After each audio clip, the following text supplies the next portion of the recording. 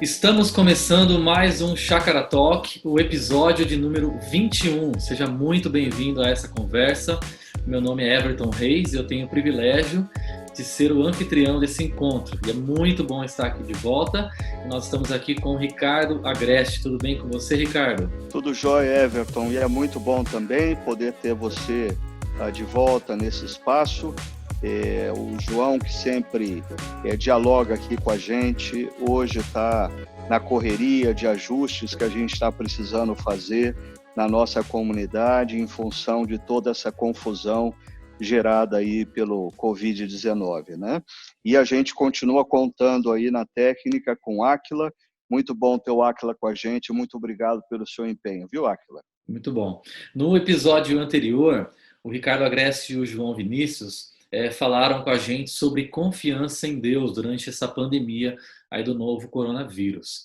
Agora sim, nós queremos avançar com essa conversa. E eu já tenho observado que são raras as pessoas que não estão sofrendo nenhum impacto desde que o Covid-19 chega no Brasil. Ricardo Agreste, no seu caso, como que o isolamento social tem impactado a sua vida e a sua rotina? Compartilhe um pouco com a gente sobre isso. Bom, Everton, tem impactado drasticamente, né? Eu estava pensando na manhã de hoje que no dia 6 de abril completou um mês que eu saí de um avião e foi a última vez que eu viajei para uma conferência ou para falar em algum lugar. Eu não me lembro na minha vida, num passado recente, a última vez que eu fiquei um mês sem viajar, sem ter compromissos externos. Ontem completou um mês que eu não consigo ver pessoalmente, dar um abraço nos meus filhos, nos meus netos. E hoje, exatamente hoje, completa um mês que eu fiz a última pregação na comunidade, presencialmente, num espaço onde as pessoas estavam me observando e eu estava observando as pessoas. Ou seja, absolutamente tudo mudou. Sem se falar, é claro, o quanto a comunidade teve que se reestruturar, porque existiam coisas que a gente fazia, que não fazia mais sentido a gente fazer, existiam outras coisas que nós precisávamos fazer diante dessa situação. E fora, por exemplo, eu falei sobre estar um mês sem viajar para nenhuma conferência ou encontro externo, mas, por outro lado, aconteceu uma coisa muito interessante, assim, multiplicaram-se os encontros online, as lives e o pessoal recorrendo a gente para conversar, ou seja, a agenda virou de ponta cabeça, é um outro contexto, é um outro momento para o qual a gente tem que se reorganizar completamente. E como parte da equipe da nossa comunidade, eu tenho percebido esse esforço que nós temos tido para fazer com que pessoas da nossa comunidade sejam atendidas e cuidadas, né? Agora sim, o que você tem feito nesse novo momento? Eu acho que você pode, a partir da sua experiência, das suas atitudes, até mesmo ajudar pessoas que, como você, precisam fazer praticamente tudo a partir de suas casas. Ajuda a gente aí. Bom, eu acho que cada pessoa nesse momento precisa olhar com um pouco de atenção e analisar o seu próprio contexto, né? Porque cada um está inserido num contexto diferente. Existem pessoas que moram sozinhas, existem pessoas que são casadas, mas não possuem filhos, principalmente crianças. Outros estão com os filhos na idade da adolescência. Tudo isso tem gerado dinâmicas diferentes. Mas, assim, algumas dicas que eu queria compartilhar, que eu tenho procurado colocar em prática e que eu tenho ouvido de importantes profissionais, gente muito séria e qualificada no assunto.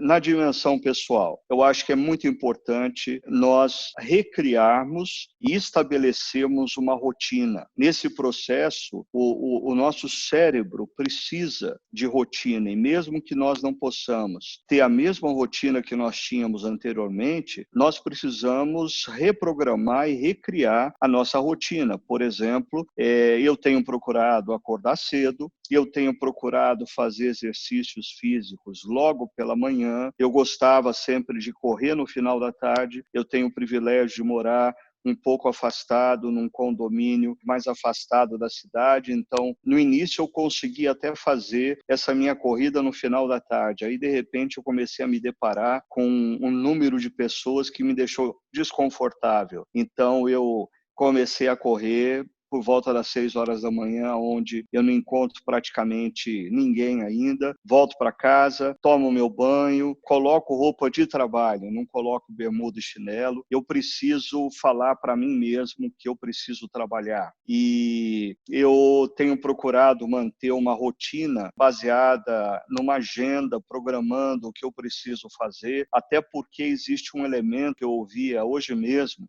do Dr. Henry Cloud, que é um psicólogo e autor muito conhecido nos Estados Unidos, que uma das coisas que em momentos como esse levam pessoas à depressão é o senso de incompetência, o senso de não realização. Isso porque muitas vezes elas não reprogramam a sua rotina. Então, para mim, programar a minha agenda e chegar no final do dia, olhar para a minha agenda e me sentir realizado, faz muito bem emocionalmente. E talvez um ponto adicional aí é o próprio caso de que a gente precisa saber parar. Porque é interessante, essa coisa de se trabalhar em casa, algumas pessoas sofrem porque elas não conseguem trabalhar, então elas não têm rotina. Mas eu tenho percebido um outro problema emergindo, pelo menos na minha vida, é a perda de noção do dia. Eu, às vezes, não sei mais qual é o dia da semana, não existe mais diferença para mim entre um dia normal e feriado, um dia da semana e um sábado e domingo. Então, eu preciso tomar cuidado para olhar para a vida e também saber dizer, por hoje chega. Não, é o que eu tinha que realizar, eu realizei. Agora eu vou descansar. Esses são aspectos mais relacionados à vida pessoal. Agora, se você quiser, a gente pode falar um pouco sobre a dimensão mais profissional, organizacional. O que você acha? Acho excelente. Eu acredito que tem muitas pessoas que estão nos ouvindo que estão vivenciando essa dimensão. Eu, pessoalmente, tenho conversado com alguns profissionais que têm enfrentado desafios na área dos seus negócios e têm tido dificuldades em se desenvolver e responder e até produzir. E eu acho que essa realidade que você está comentando com a gente, ela está muito presente e as suas dicas com certeza vão contribuir bastante. Por favor, nos ajude. Ok, assim, na dimensão mais profissional e organizacional, deixa eu falar primeiro o que eu tenho procurado aconselhar profissionais da nossa comunidade a fazerem diante dessa crise. Primeiro, perceba qual é a sua posição dentro da estrutura, dentro da empresa, dentro da organização que você trabalha. Se você atua numa posição estratégica, como líder, espera-se de você nesse momento que você assuma responsabilidades. Líderes nesse momento precisam tomar decisões sábias. Líderes nesse momento precisam pensar, eu diria, pensar profundamente e rapidamente. No inglês, costuma-se dizer deep and fast, ou seja, líderes que estão em posição estratégica precisam responder a esses novos problemas com profundidade e rapidez. Agora, talvez você esteja num nível não de liderança, mas num nível gerencial, intermediário. Então, nessa posição, esse momento demanda que você seja criativo, que você seja inovador.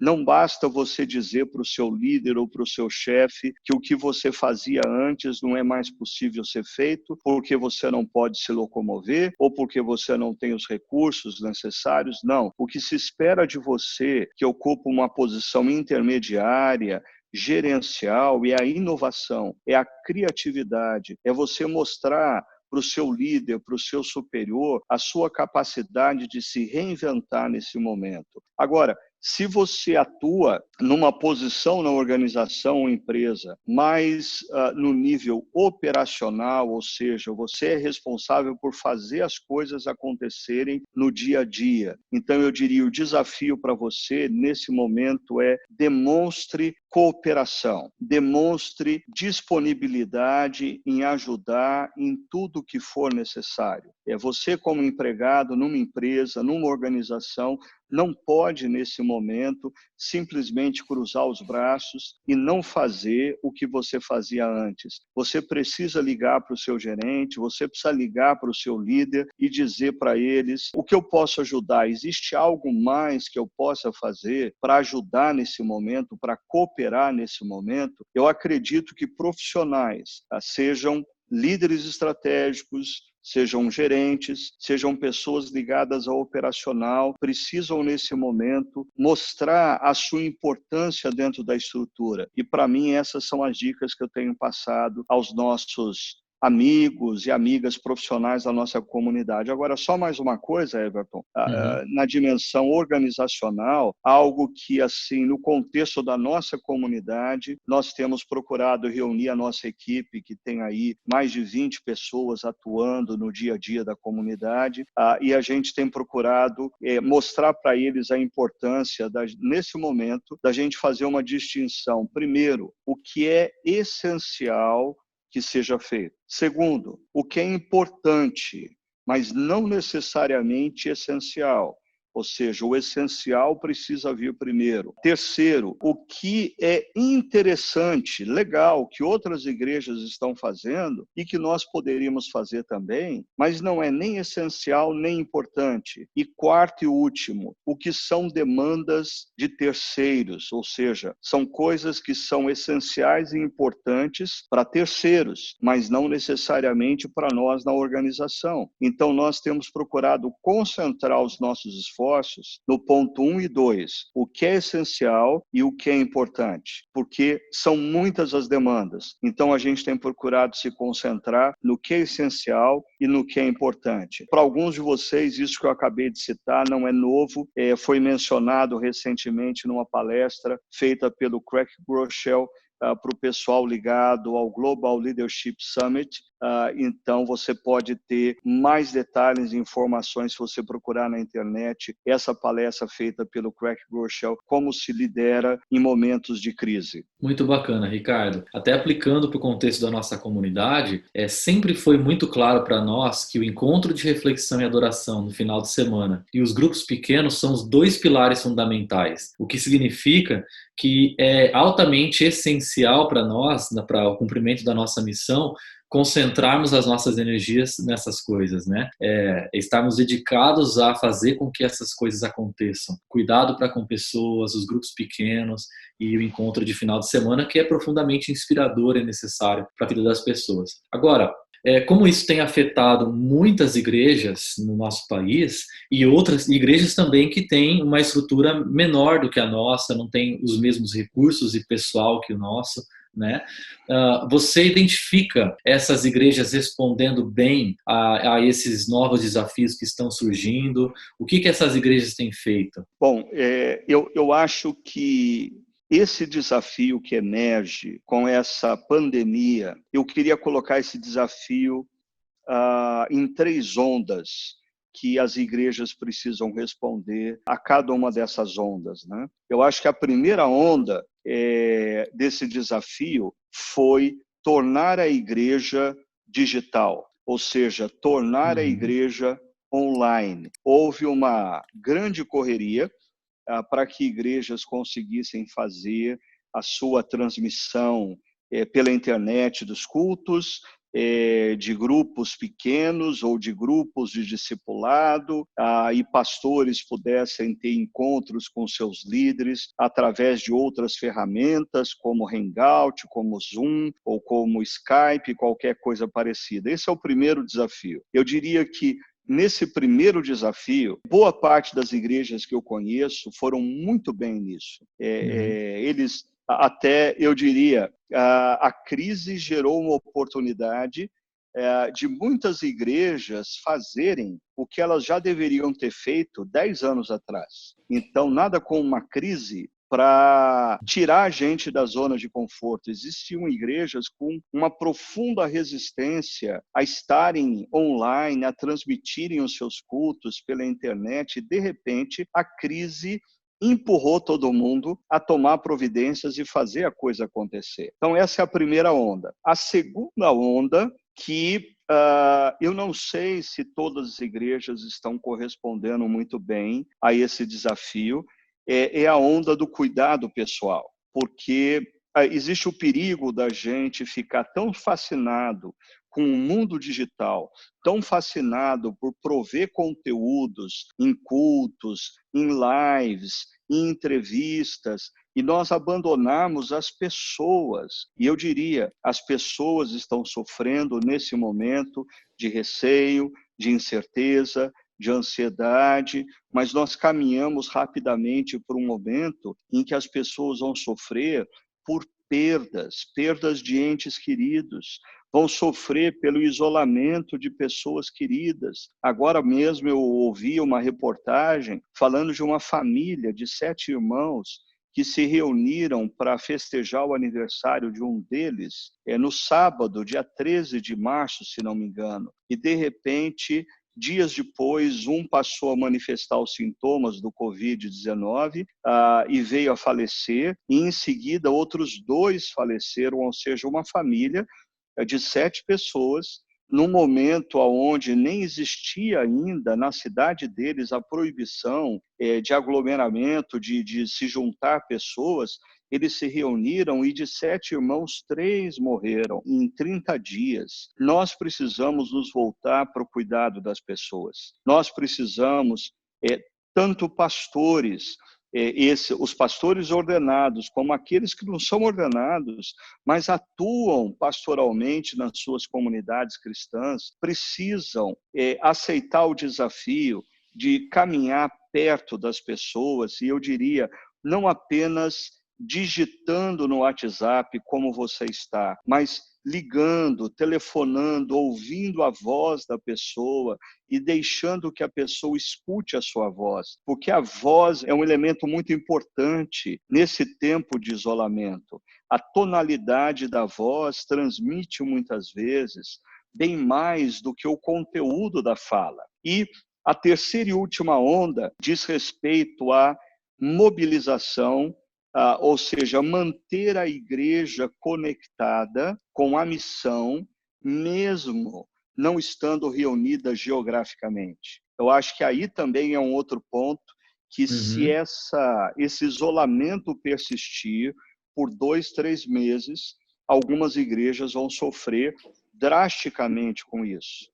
Então, a igreja, os pastores, os líderes precisam pensar em formas de manter a sua comunidade conectada à missão, mobilizada à missão. Eu acho, Everton, fascinante o fato, nesse momento, de nós não podermos nos reunir publicamente em cultos, porque as pessoas precisam ser criativas e as pessoas precisam perceber que a igreja não é culto. A igreja é uma comunidade de discípulos em missão que se reúne para celebrar a Deus e ouvir a palavra, mas o que a igreja é o que ela faz de segunda a sábado na sociedade. Então, existe o perigo de igrejas se tornarem digitais, provendo conteúdo, mas não cuidarem de pessoas, e pior ainda, igrejas se tornarem digitais, provendo bom conteúdo, mas não cuidando de pessoas e se esquecendo de mobilizar os seus irmãos e irmãs à missão na cidade, à missão na sociedade brasileira, nesse momento crítico que a gente está vivendo. Eu creio que faz todo sentido o que você está trazendo para nós, até porque eu tenho percebido muitas igrejas se concentrarem bastante na primeira onda, né? De oferecer conteúdo, e parece que quando a gente abre as nossas redes sociais, uma enxurrada de líderes oferecendo conteúdo para as pessoas, né? E a gente às vezes se pergunta do quanto isso está acontecendo no nível pessoal, e de cuidado, né? Creio que é um grande desafio que a gente está enfrentando. E eu acho que é muito perigoso, Everton, líderes, pastores e líderes, de repente entenderem que o momento que nós estamos vivendo é uma pausa que Deus deu à missão. Assim, para mim é assustador perceber muitas vezes que num momento caótico da nossa sociedade, aonde pessoas estão passando, como eu disse, por um período de ansiedade, insegurança, medo e perdas, a quantidade de líderes preocupados em postar nas redes sociais o livro que eles estão Uhum. lendo. Eu diria, nós deveríamos postar nas redes sociais o desafio para as pessoas se mobilizarem e ajudarem a sociedade nesse momento. Me dá a impressão que alguns pastores e líderes estão interpretando esse momento como um gap, como uma pausa que Deus deu à missão da igreja. Não, a igreja continua em missão mais do que nunca. E nós precisamos, como pastores e líderes, olhar para essa realidade, perceber os desafios e mobilizar o povo que Deus confiou às nossas mãos na direção do servir e abençoar a sociedade nesse momento crítico. Amém. E, inclusive, aproveitando a sua fala, nós vimos alguns líderes da nossa comunidade se movendo nessa direção, criando uma plataforma de serviço a pessoas que se encontram nos grupos de risco ou a profissionais da saúde, pequenos empresários. Eu gostaria de aproveitar, você que está ouvindo a gente, se você quiser fazer parte desse movimento, seja ajudando, seja se cadastrando, se inscrevendo, seja sendo ajudado, é muito simples, basta você entrar em chacara.org/igreja em movimento e você vai encontrar lá todas as orientações que você precisa para poder fazer parte desse movimento que nós estamos vendo e percebendo de necessidade, né, na nossa sociedade e até mesmo na nossa comunidade.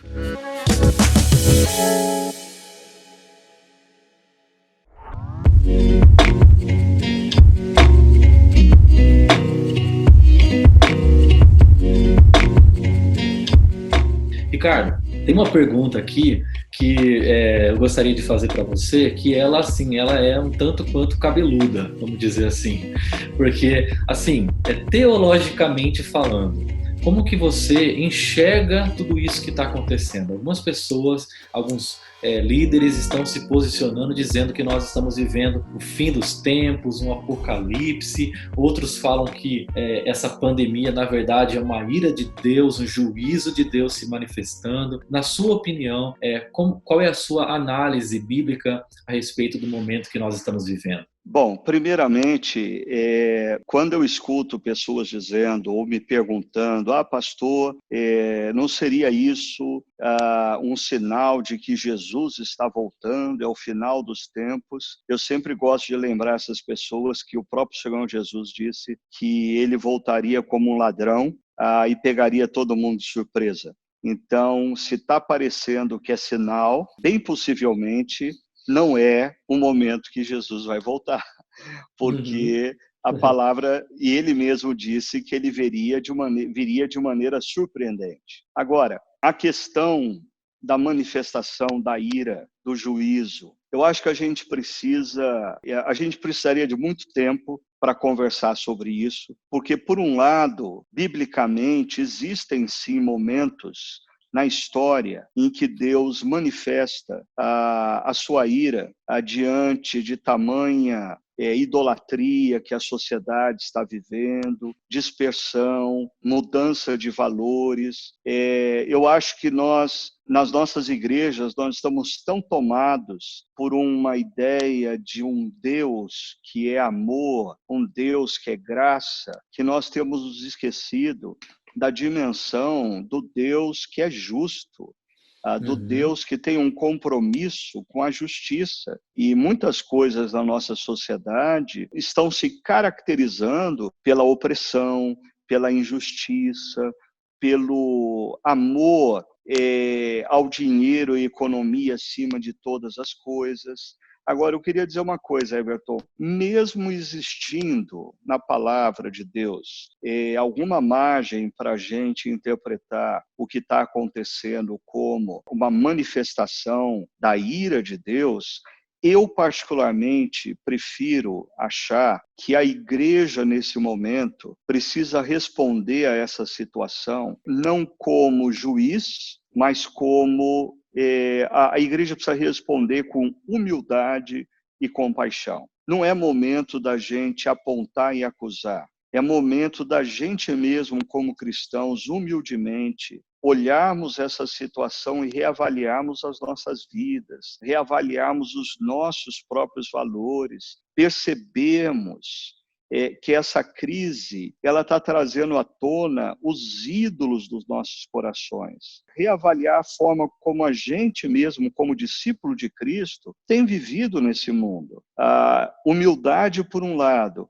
e compaixão por outro, ou seja, é tempo de nós amarmos e demonstrarmos amor por aqueles que sofrem e por aqueles que ainda vão sofrer. Como você mencionou aí, o Igreja em Movimento, ou iniciativas de irmãos e irmãs de todo o Brasil que eu tenho escutado, se movendo na direção das pessoas que sofrem. Então eu sinto, se esse é o momento de manifestação da ira de Deus, eu não estou afirmando que mas se o juiz é Deus, não é a igreja. Não é a igreja que tem que se levantar e julgar. A igreja, diante do possível juízo de Deus, deveria humildemente reconhecer os seus pecados, reavaliar a sua própria vida e postura e demonstrar compaixão e amor aos que sofrem, indo na direção deles e ajudando-os nesse momento.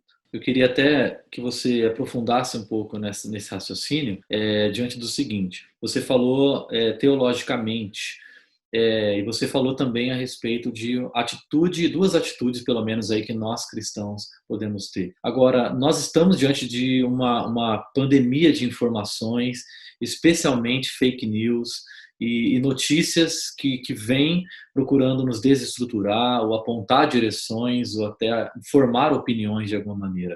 Como que você acredita que discípulos de Jesus, verdadeiros, genuínos, devem agir nessas circunstâncias? Bom, primeiro eu queria dizer que antes mesmo de falar de como discípulos de Jesus devem viver nessa situação, eu acho que a gente deveria falar de como cidadãos sensatos, homens e mulheres de bom senso, deveriam lidar com essa situação. Ou seja, nós vivemos num momento de hiperinformação. E no meio dessas informações, nós temos muita fake news, muita coisa que não contribui, ao invés de esclarecer e ajudar, simplesmente tornam as pessoas mais confusas e tensas. Então, eu diria, em primeiro lugar, nós como cidadãos, num mundo cibernético, nós deveríamos assumir uma postura muito séria de jamais passar para frente qualquer informação antes de consultar as fontes. Eu acho que, às vezes, nas redes sociais, existe uma propensão às pessoas quererem passar informação o mais rapidamente possível para ser a primeira pessoa dentre os seus amigos a passar informação. E isso gera muita desinformação, isso gera muito desespero, isso gera muita confusão. Eu acho que antes da gente passar para frente uma informação, a gente precisa checar fontes. Segunda coisa que eu acho que transcende a vida do discípulo, mas envolve o cidadão, principalmente o cidadão no contexto brasileiro, eu creio que esse não é o momento de nós tensionarmos as discussões a partir das nossas ideologias políticas, sejam elas de direita, sejam elas de esquerdas.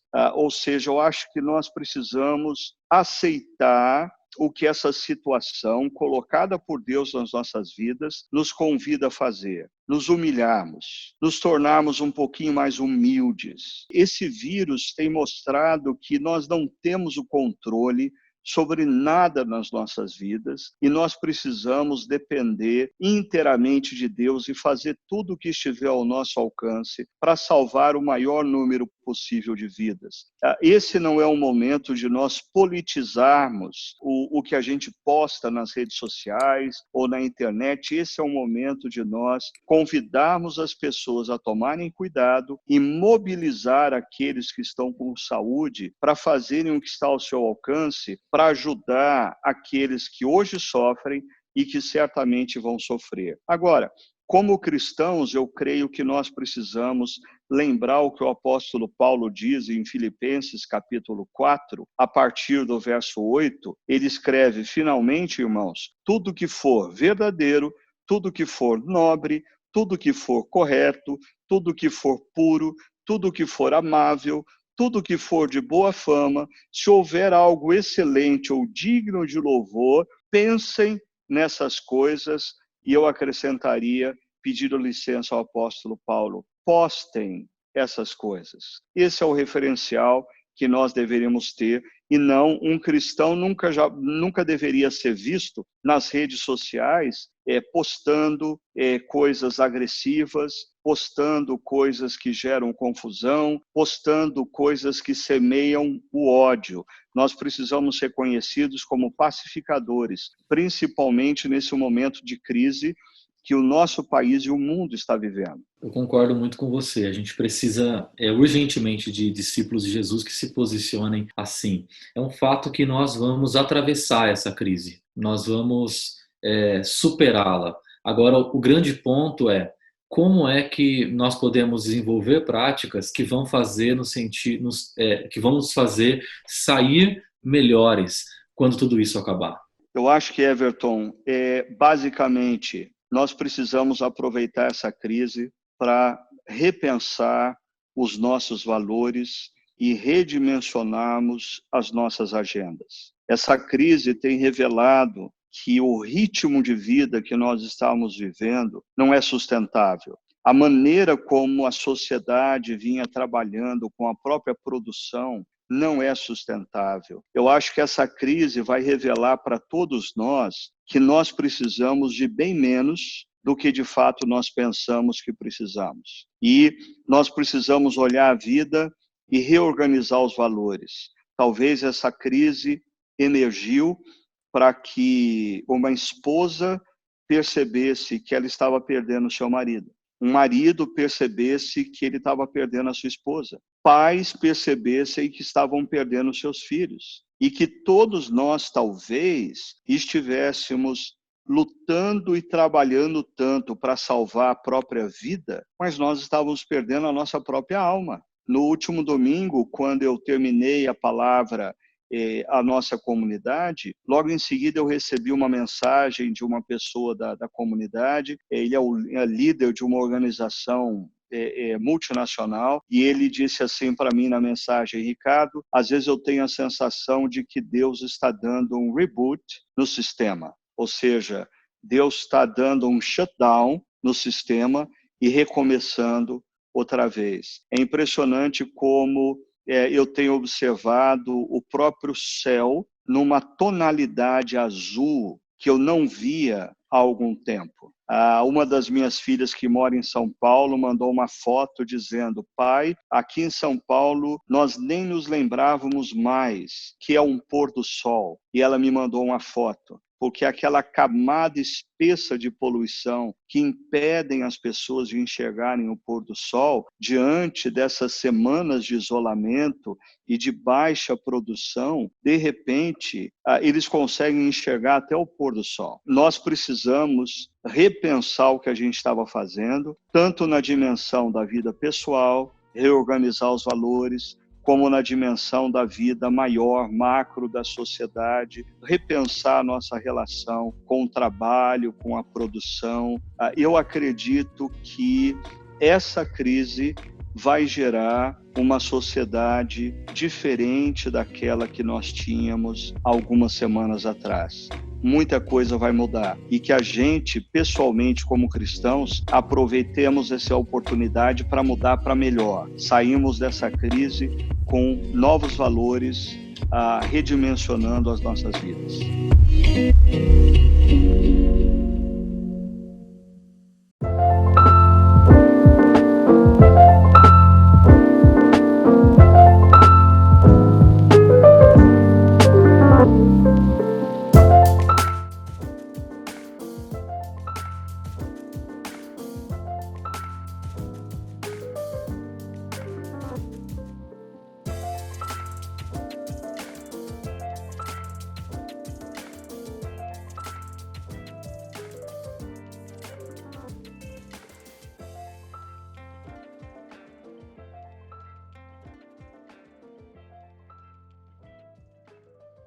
Eu acredito que isso tem a ver com alguns assuntos que vão ser tratados nessa nossa nova série. Eu vi o teaser dela, O Cara e o Corona, eu achei extremamente criativo, super dinâmico e oportuno esse tipo de conversa. E você mencionou agora há pouco Filipenses, se eu não me engano, essa nova série de mensagens tem alguma conexão com Filipenses, né, Ricardo?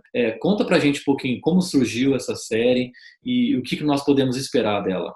Bom, essa série surge como todas as outras séries que a gente procura organizar no contexto da Chácara Primavera, procurando olhar o contexto que as pessoas estão vivendo e perceber quais são as perguntas que elas estão fazendo, as crises que elas estão enfrentando, né? E aí, eu me deparei com uma reportagem acerca de uma psicóloga lá de Goiás, chamada Nayana Oliveira, e ela foi uma das primeiras pessoas do estado de Goiás a ser diagnosticada com Covid-19, e por isso ela teve que ficar em isolamento.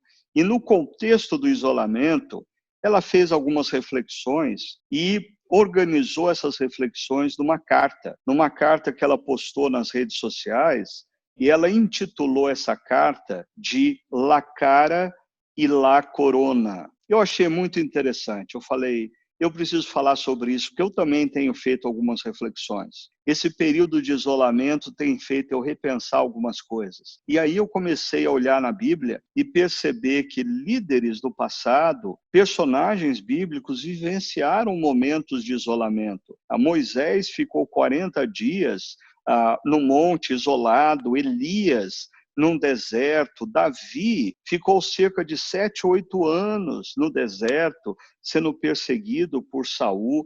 Jesus passou 40 dias no deserto, e aí eu cheguei no apóstolo Paulo, um cara altamente ativo, altamente empreendedor, que não sabia ficar quieto, que estava sempre fazendo algo, pensando no que ele ainda poderia fazer em seguida, e de repente a prisão tira dele toda a oportunidade de estar andando e se movimentando, e ele tem que ficar em isolamento, e aí ele escreve reflexões profundas. E uma delas é a carta aos Filipenses. E eu acho que a carta aos Filipenses, ela é muito propícia para esse momento, porque na carta aos Filipenses, Paulo, além de tratar de inúmeras coisas interessantes, ele nos ensina como lidar com a vida quando as circunstâncias nos frustram, como lidar com a vida quando o que a gente sonhava não acontece e a gente é, de repente,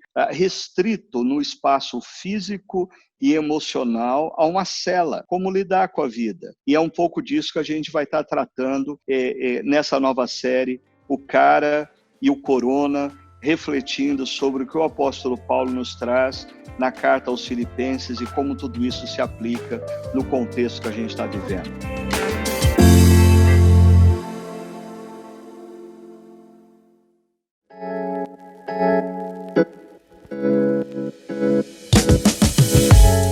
Muito bacana, estou animado para ter contato com essas reflexões. Para você que está nos acompanhando, nos ouvindo até aqui, nós temos um portal de comunicação de tudo que a comunidade tem feito. É o chacara.org/online. É nele que você vai participar dos grupos pequenos online de terça a quinta, 18, 20 e 22 horas. Basta você acessar um desses horários com a sua família, com o seu próprio grupo pequeno. Os nossos encontros de reflexão e adoração também estão acontecendo nesse portal. Se você deseja um aconselhamento pastoral, você pode fazer a mesma coisa. Basta entrar em chacara.org/online para que a gente possa ter esse tempo de adoração, comunhão e cuidado uns dos outros. Ricardo Agreste, muito obrigado por esse tempo de conversa. Espero que tenha sido válido para você, para mim, e acredito que para os nossos ouvintes foi muito válido. Legal, Everton. E lembrando todo mundo, não saia de casa. Se tiver que sair, use máscaras e aproveite esse tempo para repensar a vida, redimensionar as prioridades. Nós vamos passar por essa situação, e quando nós passarmos, que nós possamos encontrar do lado de lá alguém melhor, com valores e prioridades redimensionadas diante de tudo que a gente está vivendo. Deus abençoe você também, Everton, e todos os nossos ouvintes. E o Áquila também. Amém. Muito obrigado, gente. Esse foi mais um Chácara Talk. Os nossos prédios estão fechados, mas a nossa igreja continua em missão.